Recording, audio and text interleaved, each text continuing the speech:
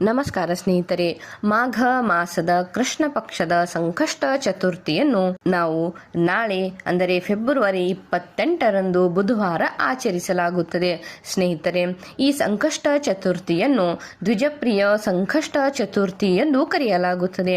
ಈ ದಿನ ಗಣೇಶನ 6ನೇ ರೂಪವನ್ನು ಶಾಸ್ತ್ರೋಕ್ತವಾಗಿ ಪೂಜಿಸಲಾಗುತ್ತದೆ. ಹಾಗಾದರೆ ಈ ದ್ವಿಜಪ್ರಿಯ ಸಂಕಷ್ಟ ಚತುರ್ಥಿಯ ಶುಭ ಮುಹೂರ್ತ, ಪೂಜೆಯ ವಿಧಾನ ಮತ್ತು ಈ ದಿನದಂದು ಯಾವ ರಾಶಿಯವರು ಯಾವ ಮಂತ್ರವನ್ನು, ಗಣೇಶನ ಯಾವ ಮಂತ್ರವನ್ನು ಜಪಿಸಬೇಕು ಎಂಬುದನ್ನು ವಿಡಿಯೋದಲ್ಲಿ ಹೇಳಲಿದ್ದೇನೆ.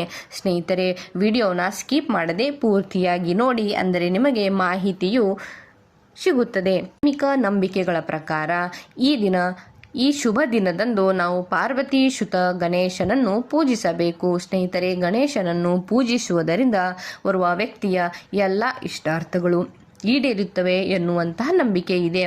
ಈ ದಿನ ನಾವು ಗಣೇಶನನ್ನು ಶುದ್ಧ ಮನಸ್ಸಿನಿಂದ ಪೂಜಿಸಬೇಕು. ಸ್ನೇಹಿತರೆ, ನಾಳೆ ಅಂದರೆ ಫೆಬ್ರವರಿ 28ರಂದು ಬುಧವಾರ ಬಂದಿದೆ. ಸ್ನೇಹಿತರೆ, ಹೀಗಿರುವಾಗ ಈ ದಿನದಂದು ನಾವು ನಮ್ಮ ಜಾತಕದಲ್ಲಿನ ಬುಧ ಸ್ಥಾನವನ್ನು ನಾವು ಪ್ರಬಲಗೊಳಿಸಲು ಕೂಡ ಒಂದು ಪರಿಹಾರ ಕ್ರಮಗಳನ್ನು ಮಾಡಬೇಕು. ಸ್ನೇಹಿತರೆ, ಆ ಪರಿಹಾರ ಕ್ರಮವನ್ನು ಕೂಡ ಮುಂದೆ ಹೇಳಲಿದ್ದೇನೆ.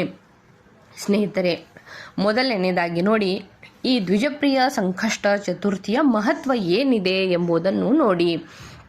ಸ್ನೇಹಿತರೆ, ಚತುರ್ಥಿಯ ತಿಥಿಯು ಭಗವಾನ್ ಗಣೇಶನಿಗೆ ಸಮರ್ಪಿತವಾದ ದಿನವಾಗಿದೆ. ಈ ದಿನ ನಾವು ಗಣೇಶನಿಗೆ ವಿಶೇಷವಾಗಿ ಪೂಜೆಯನ್ನು ನಾವು ಮಾಡಬೇಕು.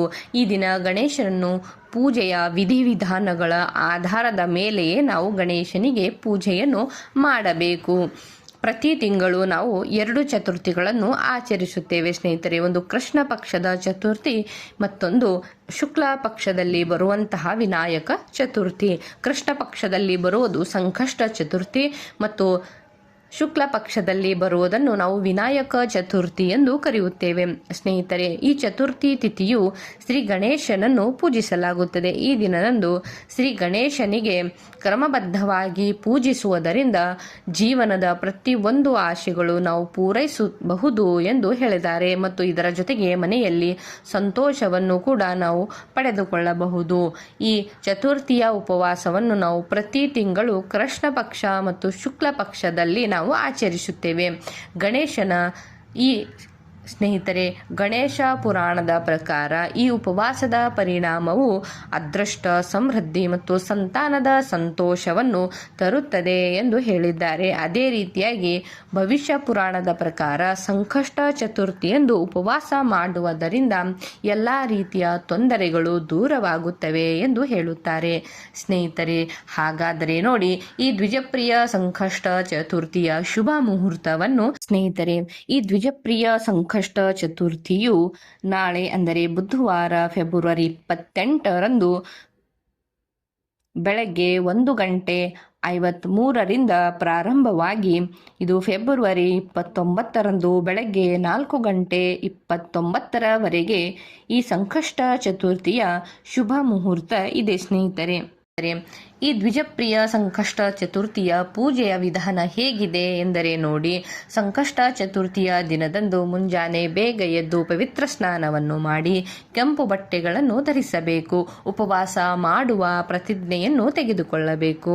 ನಂತರ ನಾವು ಸೂರ್ಯದೇವನಿಗೆ ಪೂಜಿಸಬೇಕು. ಆತನಿಗೆ ಅರ್ಘ್ಯವನ್ನು ಅರ್ಪಿಸಬೇಕು ಮತ್ತು ಪೂಜೆಯ ಕೋಣೆಯಲ್ಲಿ ಗಣೇಶನಿಗೆ ಗಂಗಾಜಲ ಮತ್ತು ಜೇನುತುಪ್ಪದಿಂದ ಅಭಿಷೇಕವನ್ನು ಮಾಡಿ, ನಂತರ ಪಂಚಾಮೃತ ಮತ್ತು ನೀರಿನಿಂದ ಅಭಿಷೇಕವನ್ನು ಮಾಡಿ, ಧೂಪ ದೀಪವನ್ನು ಬೆಳಗಿಸಿ ಗಣೇಶನ ಪೂಜೆಯನ್ನು ಮಾಡಿ, ಧ್ಯಾನವನ್ನು ಮಾಡಿ ಗಣೇಶನಿಗೆ ಆಹ್ವಾನಿಸಬೇಕು.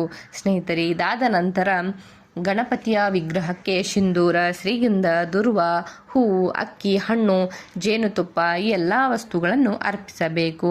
ಮತ್ತು ನಾವು ಶಾಸ್ತ್ರೋಕ್ತವಾಗಿ ಗೌರಿ ಗಣೇಶನನ್ನು ನಾವು ಆರಾಧಿಸಬೇಕು. ಸ್ನೇಹಿತರೆ, ಅದಾದ ನಂತರ ನೈವೇದ್ಯವಾಗಿ ಮೋದಕ, ಎಳ್ಳು, ಸಿಹಿ ತಿಂಡಿಗಳು, ಬೆಲ್ಲ ಮತ್ತು ಹಣ್ಣುಗಳನ್ನು ಅರ್ಪಿಸಿ ಚತುರ್ಥಿ ವ್ರತದ ಕಥೆಯನ್ನು ಓದಬೇಕು.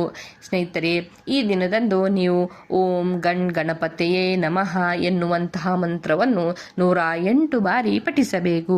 ಇದರೊಂದಿಗೆ ನೀವು ನಿಮಗೆ ಗಣೇಶ ಮಂತ್ರದ ಜೊತೆಗೆ ಗಣೇಶ ಚಾಲಿಸ ಮತ್ತು ಸ್ತೋತ್ರಗಳನ್ನು ಕೂಡ ನೀವು ಈ ದಿನದಂದು ಪಠಿಸಬಹುದು.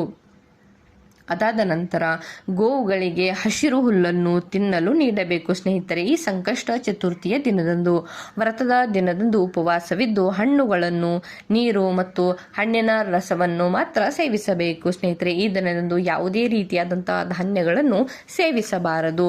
ಅದಾದ ನಂತರ ಚಂದ್ರೋದಯವಾಗುವ ಮುನ್ನ ಮತ್ತೊಮ್ಮೆ ಗಣೇಶನನ್ನು ಪೂಜಿಸಿ ವ್ರತಕಥೆಯನ್ನು ಓದಿ ಚಂದ್ರನನ್ನು ನೋಡಿ ಚಂದ್ರನಿಗೆ ಅರ್ಘವನ್ನು ಅರ್ಪಿಸಿದ ನಂತರವೇ ಉಪವಾಸವನ್ನು ಮುಕ್ತಾಯಗೊಳಿಸಬೇಕು ಸ್ನೇಹಿತರೆ.